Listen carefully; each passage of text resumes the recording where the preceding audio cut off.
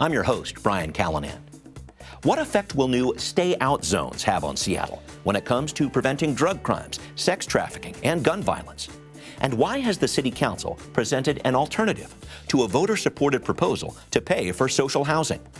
I'm with Councilmembers Bob Kettle and Joy Hollingsworth, asking these questions and the ones you're sending in too, next on City Inside Out, Council Edition. The Regional Homeless Authority hasn't been as successful as we want to. There are a ton of improvements that we need to make. We have to disrupt what's happening in these neighborhoods because these neighborhoods have the risk of falling into despair. All that and more coming up next on City Inside Out, Council Edition.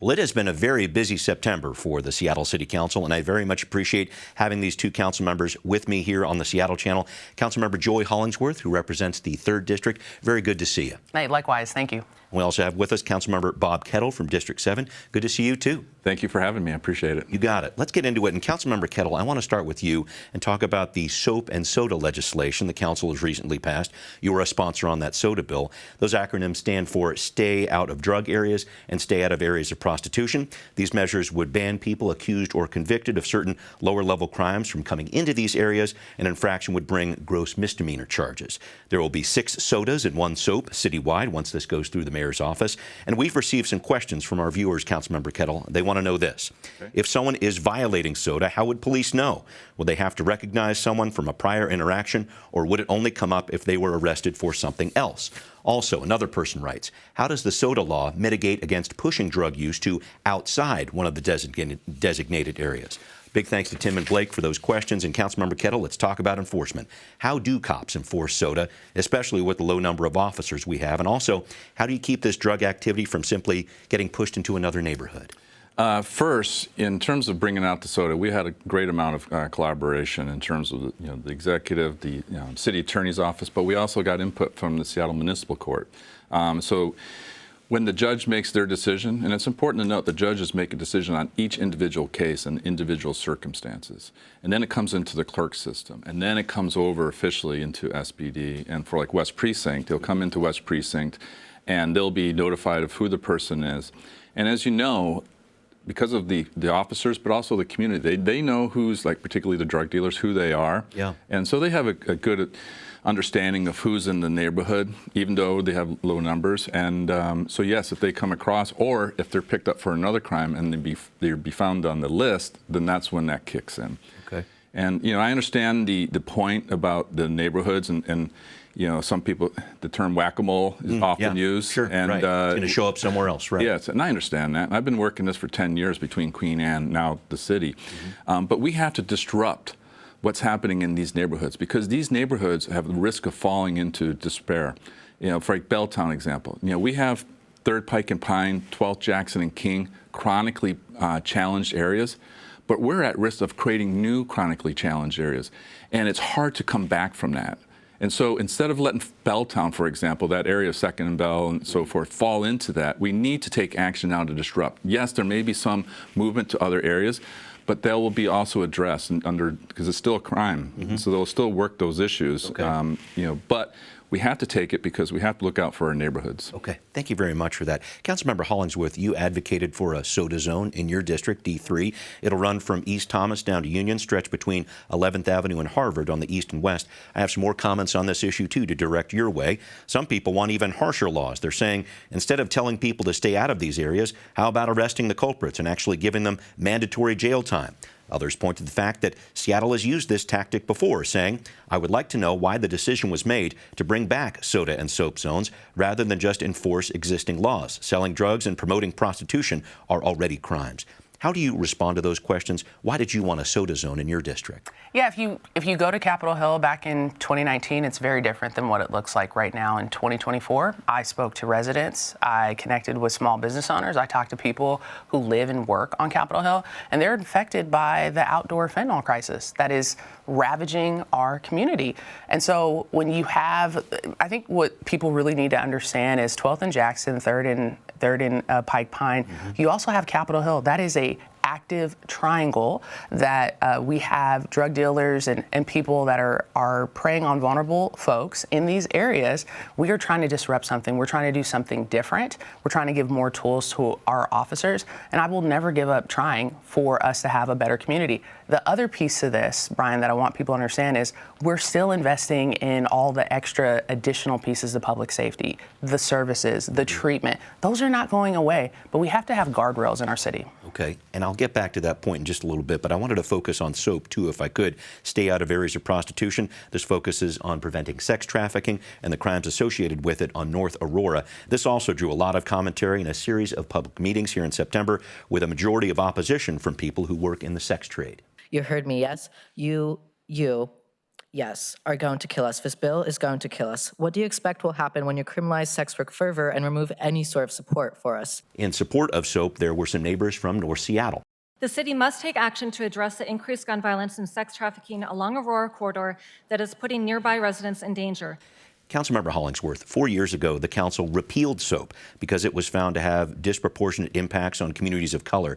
Are you convinced the 2024 version of this bill is going to have a different impact? Yeah, I would really encourage people to read the bill and what it has in there, and the guardrails in terms of understanding the data, making sure that every 2 years we're coming back to evaluate it as a council. But the biggest piece to this, Brian, is that there are 12, 13, and 14-year-old young girls that are out there in Aurora right now that we need to help and save. I've talked to a ton of social workers, people that are in this work every single day.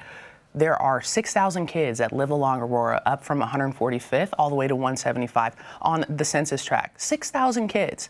What about their lives too? We have to continue to protect our city and put guardrails on folks, and not just for the select few. We will continue, as a Black council member, I will continue to make sure that those disparities are not there, and I'm hoping that people will trust that I will help advocate for that. But we have to enforce, just common sense laws. And you think that SOAP is needed to take that next step to interact with these young girls? I believe SOAP is a necessary step for us to have to disrupt the commercial sex trafficking girls that have been kidnapped on Aurora. I do. Yeah, okay. Councilmember Kettle, I want to bring you in here. We had another email come in about SOAP. One writer asks this: what are the metrics you are measuring to establish the success of this program? What is the time frame for the analysis? And will you repeal these ordinances if the analysis makes clear that the metrics haven't been achieved? Thank you for that question. Councilmember Kettle, I know the council talks a lot about being data-driven. Talk about that and SOAP and what you're looking for in terms of measuring the success of this. That's a good question, and it also goes to your previous question in terms of my answer is we did a lot of due diligence, particularly on soda. Like, I worked with the city attorney's office, my team, and they have data scientists that were looking at where these hotspots are, overlaying in terms of the mapping and other issues, like in terms of finding service providers. Yeah. So we did a lot of data look in terms of what we're trying to do in terms of setting up, and also learning from the lessons learned of the previous, because the past soda zones have worked, to varying degrees. And so one of the things that we learned is that we needed to tailor it. We needed to be focused, and we're less than 0.5% of the city, so it is really focused. And this will also allow us on the back end to really do the work in terms of understanding the data sets in terms of what's happening. And as you saw in the bill includes these pieces. It already had it, and then it was added to by Councilmember Strauss's amendment. So we're not shying away from our oversight, and accountability responsibilities as city council members. And another thing that came up yesterday too regarding this, in terms of the outreach, like on the race and equity toolkit and so forth, and they do their outreach, and they say, well, you could do some more maybe, like with the RTC, the Real-Time Crime Center. Yes, yes. But here's the issue. Before, like when the consent decree was set up, there was no district representatives. When they were doing these things, there was no district representatives. We all ran. We're district representatives. We all ran on public safety. We know our districts, and we're constantly talking to our constituents.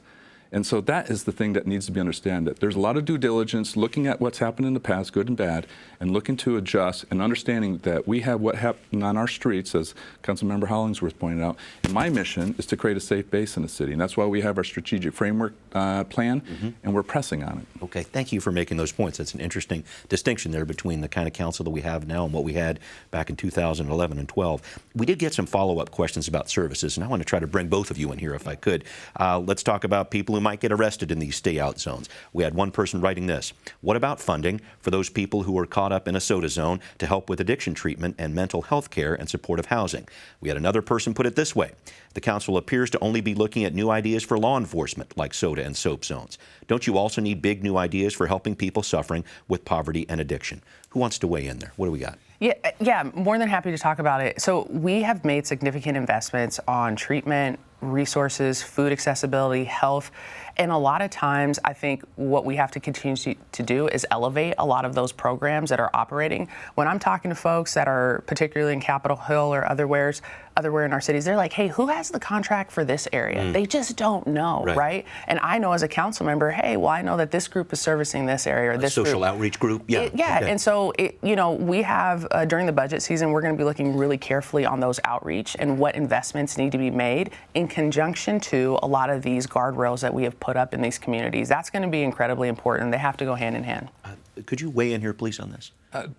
Two things. One, I chair the Public Safety Committee. And like I said, we have our plan. We have had a number of bills on the labor side, 2 that have come through the Governance Accountability, and then a number through our Committee on Public Safety.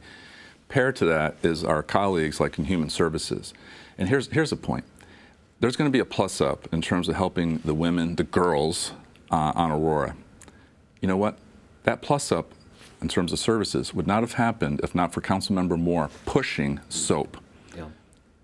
People can say what they want, but that plus up would not have happened if not for what we're doing on SOAP, which, by the way, is primarily geared at the men, either the buyers or the traffickers, the pimps. And so we need to remember that. So we're putting pressure. We're putting pressure on a lot of areas, and we're doing that, and it's showing up in a positive way. One is going to be an increase for in terms of diversion center, other kind of aid for those women, girls that are caught up on Aurora, and other places. By the way, it's not just Aurora. That's true. And I guess when you hear sex workers, and I know you heard a number of them testify here, saying this is going to hurt us, this is going to push us further into the shadows, etc. How do you respond to that piece? Well, it's a very important point. And by the way, I listen to that. I listen to the public commenters, and I take it, and then I fold it back into my approach and what things we may do. Okay. And so here's the thing to what Councilmember Hollingsworth is saying, because it's the same thing like with Capitol Hill on the drug pieces. What we have going on now is impacting the neighborhood. Young girls, the kids that are at Ingram or Cascadia and the middle school there too. Yeah. And then because of the turf wars, that's when you get the gun violence. We have to take action. But by taking action, there's always the second and third order effects. For every action, there's a reaction. Yep. And so the reaction was to place this in other areas. And so we need to be proactive. The crisis response group, the police know they're out. And so they do have their staffing, but they have an understanding. And so then it's like, hey, how can we help them look at those other areas in terms of trying to, it's the same thing with drugs. That point about earlier, it's going to spread in other areas. True. I know that. It's part of the plan. But you have to then adjust. The key thing is taking action, because what we can have is what we inherited and what we've been dealing with throughout 2024. All right, thanks. I want to move on to another hot topic this month, if I could. The council has approved putting an alternative next to I-137 on the February 2025 ballot. This is a citizen-led measure meant to provide funding for social housing, which Seattleites voted to approve last year. 137 would impose a 5% tax on employers on employee pay above $1 million per year and raise about $50 million to build and purchase housing. The council's new version would take $10 million annually from the existing Jumpstart payroll tax and make sure this funding goes through the Office of Housing. Councilmember Rivera sponsored this alternative, calling it a smart fiscal move. Councilmember Morales, who is the one vote of opposition, says it sets up a competition for scarce resources. As stewards of public funds, we are ultimately responsible for ensuring that taxpayers see the intended returns on their investment. We need to see results first. So pitting one type of developer against another and making everybody compete for particular resources is not the right answer. Councilmember Kettle, the original intent of the social housing bill was not to compete with other housing funding sources.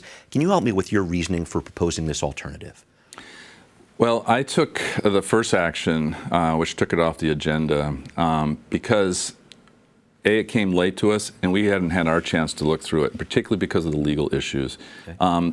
It was going to get challenged in court afterwards, and it was going to lose. Yeah, so this was why it's in February and not November. In February, yeah, and then if it was to pass in November or February, it would be challenged in court and it would be struck down. So then you would have nothing. Okay. So what we have now is a plan that's legally defensible. It falls within, the government, the laws in terms of the oversight, accountability, with OH and the city council and everything else. Office of Housing, yep. Office of Housing. And then on top of that, we're smart on the funding, crawl, step, walk, and run. As we saw with the King County Regional Homeless Authority, false start in terms of stand-up. We can't, you can't sprint right at the get-go. You have to build up. And so this plan allows for that. And if they do a great job, it will continue and build. And so we have to understand that piece. And then for me, the governance structure, King County Regional Homeless Authority would have ended. Talk about that in a minute, yeah. Well, it was going to end on December 19th, but for all the changes that are coming up, all the reforms. Mm-hmm. Smaller version, but the PDA for the social housing looked to have Development Authority, yeah. Mm-hmm. Sorry on the acronyms. You got it. Should have, it was heading in that direction too in terms of governance. So we had to address those three pieces, the structure. So we had to address those 3 areas in my view. That's the reason why initially I pulled it off the agenda in terms of getting the legal review, executive session, and then supporting Councilmember Rivera, who did a fantastic job, by the way, taking her experience on the executive, bringing it in, working with central staff, working with the city attorney's office and others to craft a bill that will allow them to stand up a social housing PDA. Public Development Authority. Thank you. Councilmember Hollingsworth, I want to bring you in here. The other big difference I'm seeing with the council's alternative is that it caps renter income at 80%. The original social housing bill that voters approved last year had this model where that cap was at 120%. The idea was higher rents would help subsidize lower income rents.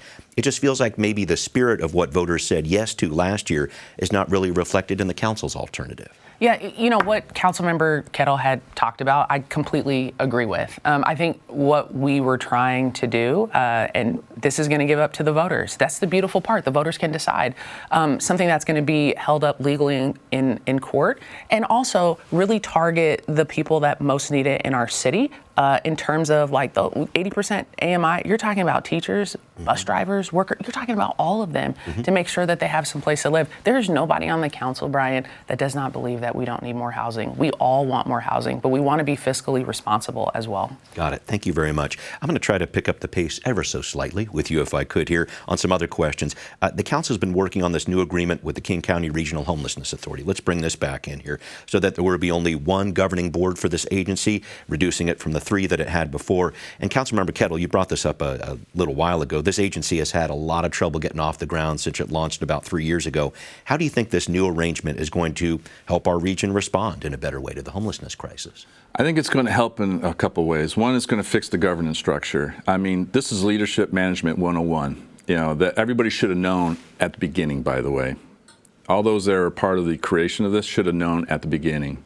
I know this from my military experience. I know it from my studies at the Evans School. You can't have this multiple, too many cooks in the kitchen kind of. Okay. Yeah.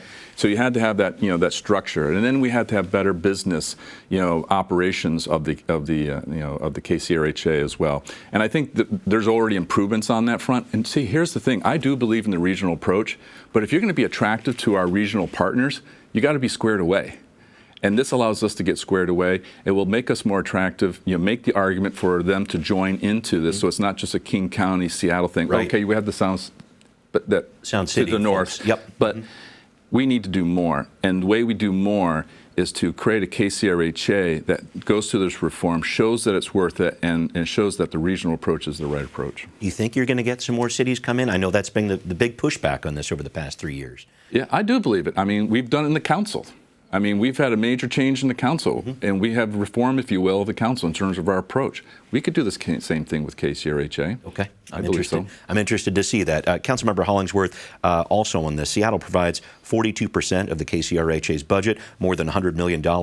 I wanted to ask, do you think the city is getting a good return on investment with those dollars there? Do you see this agency providing some good ideas for the use of that money? Where are we going here? Yeah, I'm still supporting the King County Regional Homeless Authority, but we need to see results. And your question to Councilmember Kettle, which was great, hey, are we going to see some more cities in there? Yeah, if we have great results and we see an impact on what's going on, it's no surprise that the Regional Homeless Authority hasn't been as successful as we want to. There are a ton of improvements that we need to make. I'm looking forward to those, to having the impact, because we see the crisis on our streets and we need to have a better impact. Okay, thank you very much for that. Councilmember Hollingsworth, I want to go back to you and talk about some legislation you had concerning the minimum wage tip credit. You were considering this in August. As of right now, as I understand it, you're not moving forward with it. This tip credit's been in place since 2015. It's set to expire at the end of this year. So this means businesses with fewer than 500 employees who had been paying a $17.25 hourly wage are going to have to pay what the larger businesses pay, which is $19.97 per hour.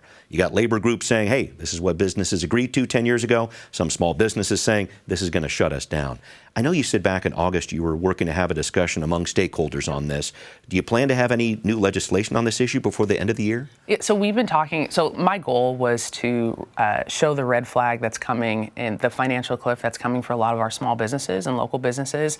And it's about the tip credit. There are a ton of servers that have reached out that said, hey, we don't want to lose our tips because of this. This is we're making $40, $50 an hour in some cases. Some people are making differently because of tips. Mm-hmm. And that's going to really impact folks. And so ideally it was like, hey, restaurants would take on a 25% increase.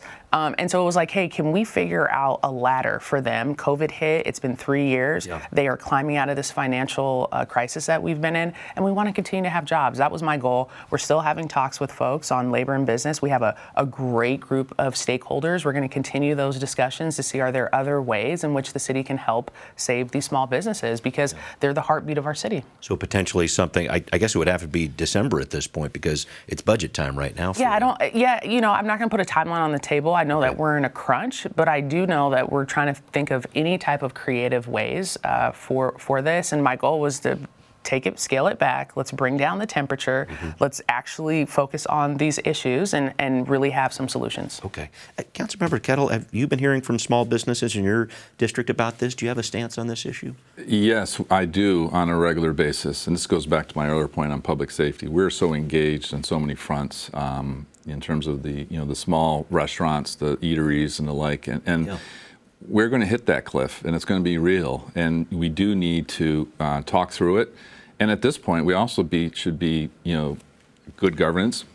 Okay, when we do lose these businesses, what's our plan B? What's the action that we can take if this does happen? Mm-hmm. We need to be planning now. Yeah. We can't just wait. Oh, it happened. Oh, let's react. Yeah. Let's anticipate. And it's like, okay, what can we do? And that's part of it, by the way, that's part of the conversations that are having is like, what can happen in terms of support of these small businesses, these small restaurants and the like. And it's very difficult because of the financial and just the bottom line factors. Sure. But then there's the piece that they did negotiate the agreement, and so let's follow through. Yeah. And Brian, can I just say one more thing, which is incredibly important? If you are a server working in the city, one job should be enough. Like, I completely agree with that. You should be making a livable wage to be able to survive in this city, right? Mm-hmm. And so how can we marry that with our small businesses to make sure they can continue to survive, but we're not building it off the back of, the labor and the minimum wage? I get that. So it's a delicate balance, and hopefully we'll find some solutions. Thank you. Councilmember Kettle, I wanted to talk about the council's land use committee. They just passed this measure that would impact your district around land use in particular. The bill says housing, hotels, research, and development labs would be exempted from design review to potentially help them get things built more quickly. I know you've said before you like the concept of design review. It gets more community input here. What's your take on this new bill to exempt some developments from that process? I think First, in terms of, you hinted at it, I do believe in design review. I believe in having that conversation between the developers and the community because I think it can make for a better project. And I can list off a number just from my experience in Queen Anne. I do recognize, though, that it could be used as a weapon by groups from the community. And the developer side is not innocent necessarily either.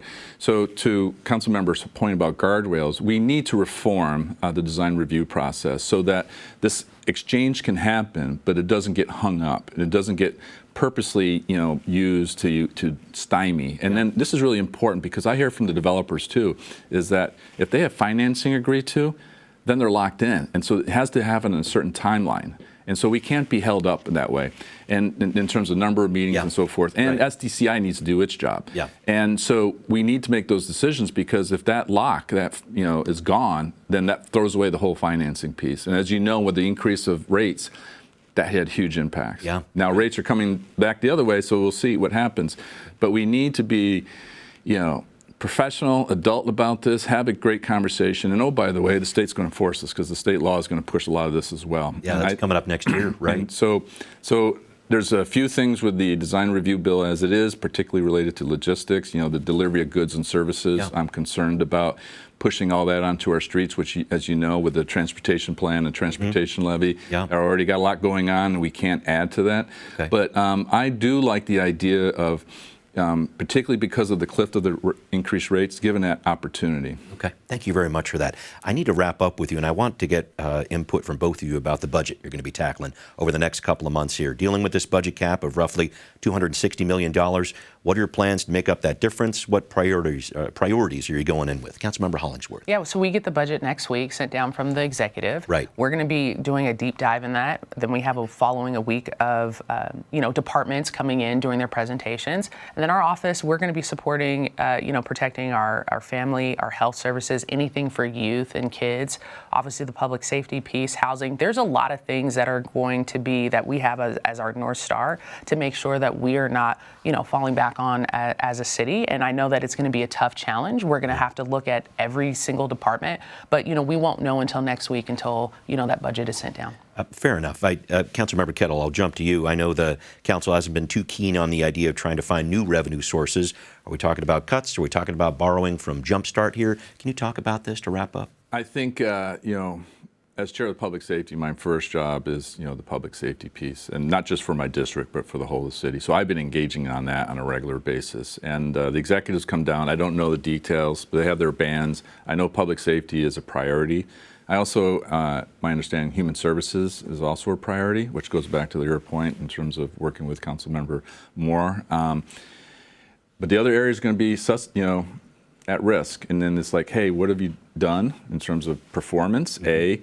B, has there been a huge increase? And, as you know from the private sector, when there's huge increases, after a certain period of time, you have to take a stop and bring it back a little bit. Okay. And so there's going to be opportunities to, look at the budget from that perspective. Okay. Thank you both for this.